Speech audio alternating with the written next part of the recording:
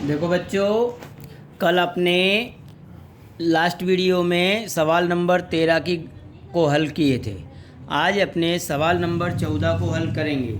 आप लोग भी बुक में पेज नंबर 211 पे 14 नंबर का सवाल जो दिया है उसको हल करना है। देखो, अब ऋत्वी और प्रिंसी 5:3 के प्रमाण में लाभानी बांटने वाले साझेदार है। 31/3/17 के दिन उनकी पेड़ी की पक्की तलपट निम्न अनुसार दी है। यहाँ अपने को पक्की तलपट दी है और नीचे समायोजन दिए। 1/4/17 के दिन मनन को साझेदार के रूप में प्रवेश दिया। प्रवेश की शर्तें निम्न अनुसार थी। मनन अपना निजी फर्नीचर 75,000 रुपये का पेड़ी में लाएगा। लेनदारों में से 60,000 मनन को चुकाना है, जो उसकी पूंजी खाते ले जाना है। मनन को भविष्य के लाभ में से 1/5 भाग मिलेगा। मनन ख्याति के रूप में 45,000 नगद लाएगा। पेड़ी की ख्याति का मूल्यांकन 3 लाख निश्चित किया गया। छठा समायोजन में उधार खरीदी के 15,000 लेनदार खाते और खरीद खाते लिखना बाकी है और इस माल का समावेश अंतिम स्टॉक में हुआ है। 45,000 के स्टॉक की बाजार कीमत 36,000 है। कारीगर मुआवजा पेटे अनामत पेटे जिम्मेदारी 28,000 रुपये की है और 9वां समायोजन में विनियोग पर ब्याज मिलना बाकी 24,000 रुपये है। देखो बच्चों, सर्वप्रथम अपने पूंजी खाते में चालू खाते में अपने इनकी पूंजी लिखेंगे। अब देखो, चालू खाते के अंदर सर्वप्रथम अपने लिख दो बाकी आगे लाए। जो बाकी दिए हो बाकी आगे लाए। अब इसकी दी है 1,50,000 और उसकी दी है 1,95,000। सबसे पहले बाकी आगे लाए ऐसा लिख देंगे अपने। उसके बाद नगद खाते की बाकी लिख दो। नगद खाते की बाकी नगद ऑब्लिक बैंक शेष आगे लाए 60,000 रुपये बाकी लिख दो। अब उसके बाद अब देखो बच्चों, अब अपने पहले समायोजनों को करते जाएंगे, फिर बाद में गणना भी देखेंगे। और यहाँ समायोजन पहला दिया है, मनन उसके 75,000 का निजी फर्नीचर पूंजी के रूप में लाया। देखो बच्चों, यहाँ अपने मनन पूंजी के रूप में 75,000 का फर्नीचर और लेनदारों में से 60,000 चुकाता है। तो मनन की पूंजी हो गई 75,000 प्लस 60,000 इज इक्वल टू 1,35,000। अब पेड़ी की ख्याति का मूल्यांकन यहाँ 3 लाख रुपए से किया है। 5वां समायोजन में दिया है कि पेड़ी का ख्याति का मूल्यांकन 3 लाख निश्चित किया गया। अब उसका प्रमाण दिया है 1/5 तीसरे समायोजन में।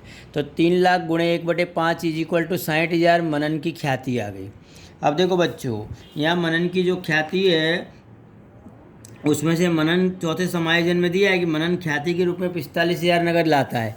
तो मनन द्वारा नगद में नहीं लाई गई ख्याति कितनी आएगी? 60,000 माइनस 45,000 यानी 15,000, जो अपने मनन के चालू खाते उधार करेंगे और पुराने साझेदारों के चालू खाते त्याग के प्रमाण में जमा करेंगे। इतना ध्यान रखना है बच्चों। अब देखो, समायोजन नंबर 1 के अंदर या इसकी सबसे पहले इन दोनों की पूंजी लिख दो। या पूंजी खाते में ये पूंजी दायित्व बाजू पूंजी ऋत्वी और दूसरा नाम दिया है प्रिंसी। अब देखो, ऋत्वी की पूंजी 1,20,000, प्रिंसी की पूंजी 90,000 और प्लस मनन की पूंजी भी लिख देते हैं इधर अपने। अब देखो, मनन की पूंजी टोटल कितनी थी? 1,35,000 रुपये थी। मालूम है ना, ऊपर अपने ने गणना की थी 1,35,000 और तीनों की पूंजी जोड़ के बाहर निकाल दो 3,45,000। पूंजी अपने पूंजी दायित्व बाजू बता दिए। अब देखो बच्चों, यहाँ अपने समायोजन नंबर 4 को देखो, मनन पागड़ी ख्याति के रूप में कितना लाया? 45,000। तो क्या एंट्री करेंगे? नकद खाता उधार ख्याति का प्रीमियम खाता से। तो बैंक खाते में लिख दो ख्याति का प्रीमियम खाता 45,000। अब देखो बच्चों, 45,000 रुपये लाया। अब 15,000 रुपये नहीं लाया। तो मैंने आपको एंट्री ऊपर बताई थी, मनन का चालू खाता उधार ऋत्वी और प्रिंसी का पूंजी खाता से त्याग के प्रमाण में। अब यहाँ अपने जो इनका प्रमाण दिया है पुराना 5:3, उस प्रमाण में इसको बांट देंगे। तो यहाँ चालू खाते में लिखो मनन का चालू खाता मनन का चालू खाता और रकम लिखो 9,375 रुपये, उसकी लिखो 5,625 रुपये। और मनन का चालू खाता अपने इधर भी बता दो, संपत्ति लेना में मनन का चालू खाता और 15,000 रुपये जो ख्याति के कम लाया था वो 15,000 रुपये यहाँ दर्शा देंगे अपने 15,000 रुपये। समझे बच्चों? देखो मनन ख्याति कितनी आई थी उसकी गणना करने पे 60,000। 60,000 में से कितनी लाया था? 45,000। कितनी नहीं लाया? 15,000। उसकी अपने ने एंट्री दी मनन का चालू खाता उधार, ऋत्वी का चालू खाता से, प्रिंसी का चालू खाता से। तो इन दोनों के चालू खाते में जमा हो जाएगा और उसका अपने संपत्ति लेना वाली बता देंगे।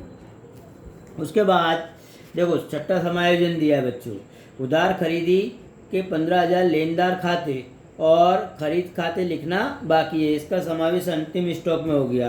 तो देखो बच्चों यहाँ अपने खरीद खाता पुनः मूल्यांकन में बताओ, खरीद खाते जो लिखना बाकी है उसको लिख दो, कितना? 15,000 रुपये।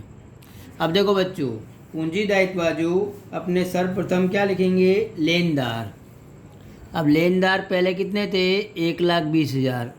उसमें से 60,000 मनन ने चुका दिए क्योंकि उसकी पूंजी में अपने वृद्धि की है, तो कितने बचे? 60,000 और प्लस खरीदी के कितने? 15,000 और जोड़ के बाहर कितने निकाल देंगे? 75,000 रुपये। 1,20 में से 60 मनन चुकाएगा तो 60 के लेनदार बचे और 15,000 खरीदी गए यानी 75,000। अब देखो बच्चों अगला समायोजन दिया है कि 45,000 के स्टॉक की बाजार कीमत 36,000। देखो बच्चों यहाँ टोटल स्टॉक कितना दिया है अपने को? 60,000 का। अब 60,000 में से 45 घटाओ तो कितना बचा? 15,000। तो उसमें कोई कमी नहीं हुई। 45,000 के स्टॉक की कीमत में से 36,000 तो 9,000 की क्या हुई? कमी हुई। और कमी को अपने कहाँ बताएंगे? संपत्ति में कमी यानी पुनः मूल्यांकन खाते की उधार बाजू 9,000। अब देखो स्टॉक कितना बचा? 36,000। टोटल स्टॉक कितना था? 60,000। उसमें से 45 घटाओ तो कितने बचे? 15,000। और इसमें कीमत कितनी बची? 36 और 36 और 15 51,000। तो संपत्ति लेना में स्टॉक बता दो 51,000 का। अब 60 था उसमें 9,000 की कमी हो गई तो हो गए 51, ऐसे भी आ जाएंगे बराबर। देखो बच्चों आगे कारीगर मुआवजा अनामत पेटे जिम्मेदारी कितनी है? 28,000 की। अब आप लोग पक्की तलपट में देखो कारीगर मुआवजा अनामत दिया है 60,000 का, उसका दायित्व कितना है? 28,000। तो 28,000 को पूंजी दायित्व में पहले बता दो। चुकाना बाकी कामदार दुर्घटना मुआवजा अनामत खाता, तो 28,000 यहाँ बता दो।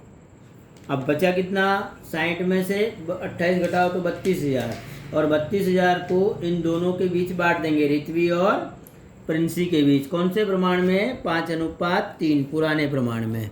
यहाँ लिखो चालू खाते में कामदार दुर्घटना मुआवजा अनामत खाता, इसका लिखो 20,000 और उसका लिखो 12,000 बच्चों।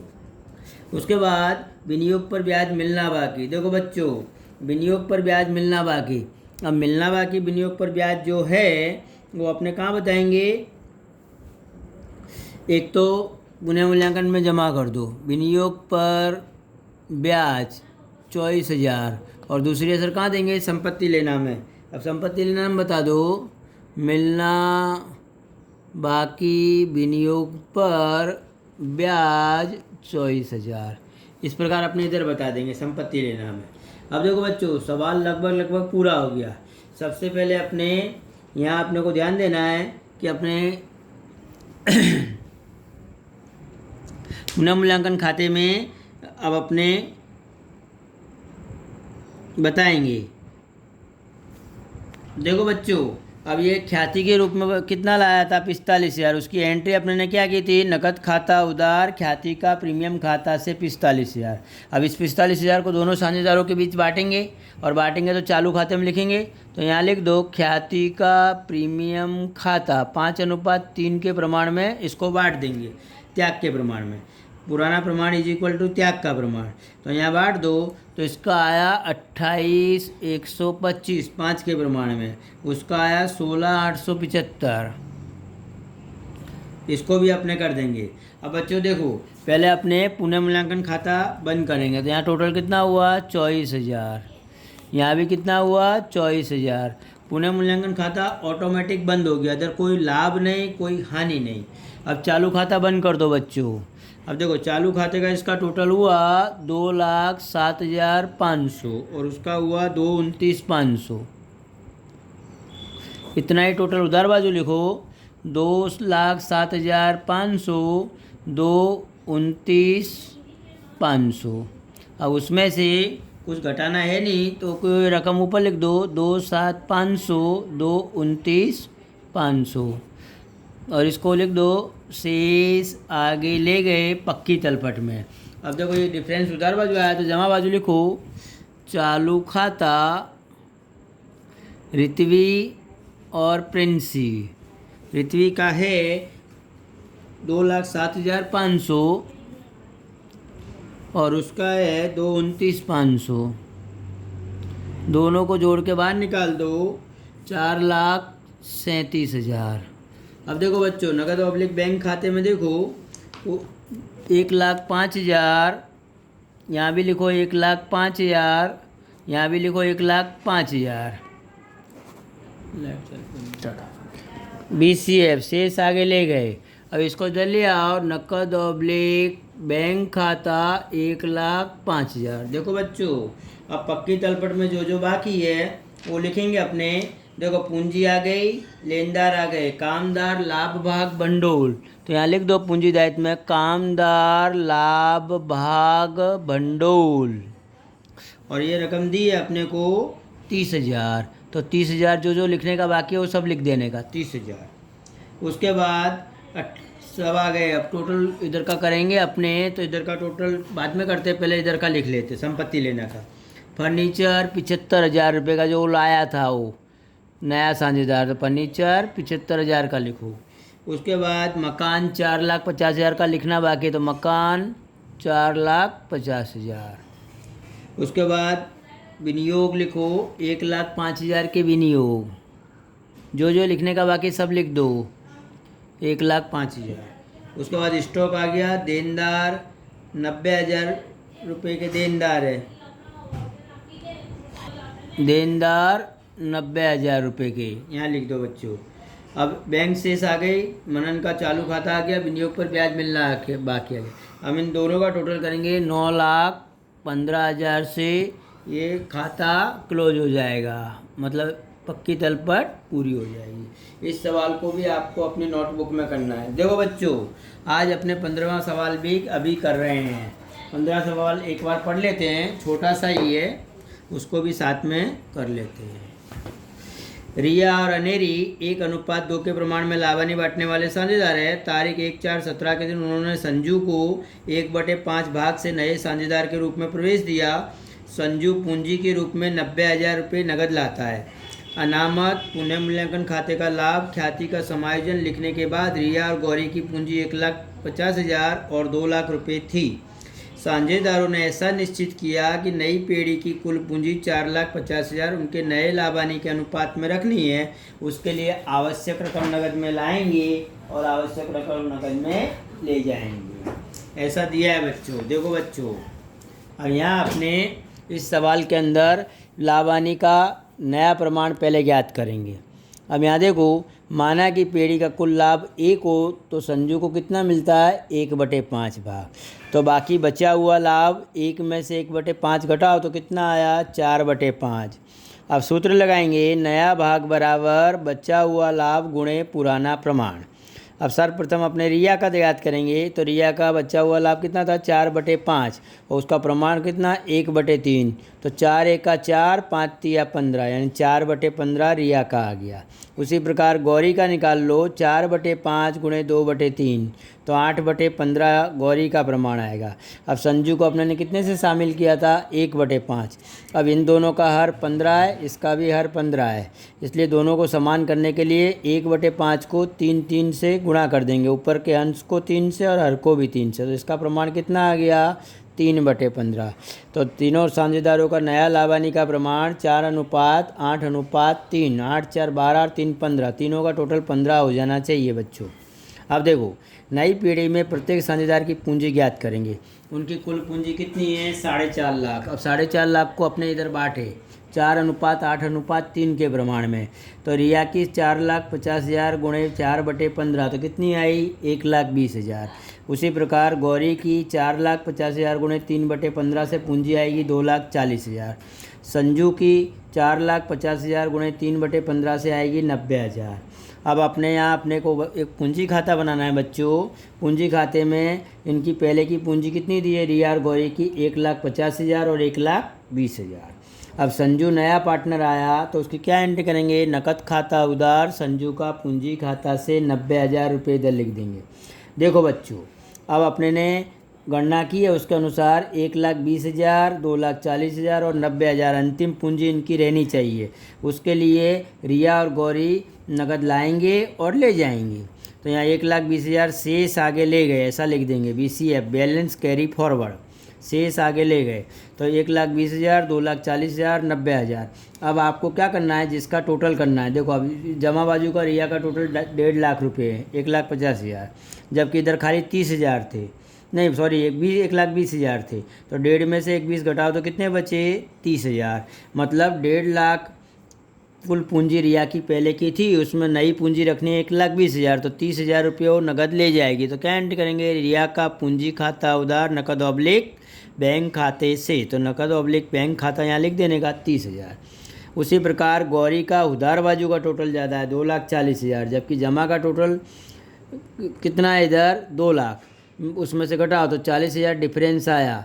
तो इस डिफरेंस की रकम को क्या लिखेंगे? नकद ऑब्लिक बैंक खाता उधार गौरी का पूंजी खाता से, तो पूंजी खाते की जमा बाजू नकद ऑब्लिक बैंक खाता। इस प्रकार अपने पूंजी खाता तैयार करेंगे और इस सवाल को भी आपको अपनी नोट्स में हल करना है। आगे के वीडियो में अब आगे चलेंगे। धन्यवाद।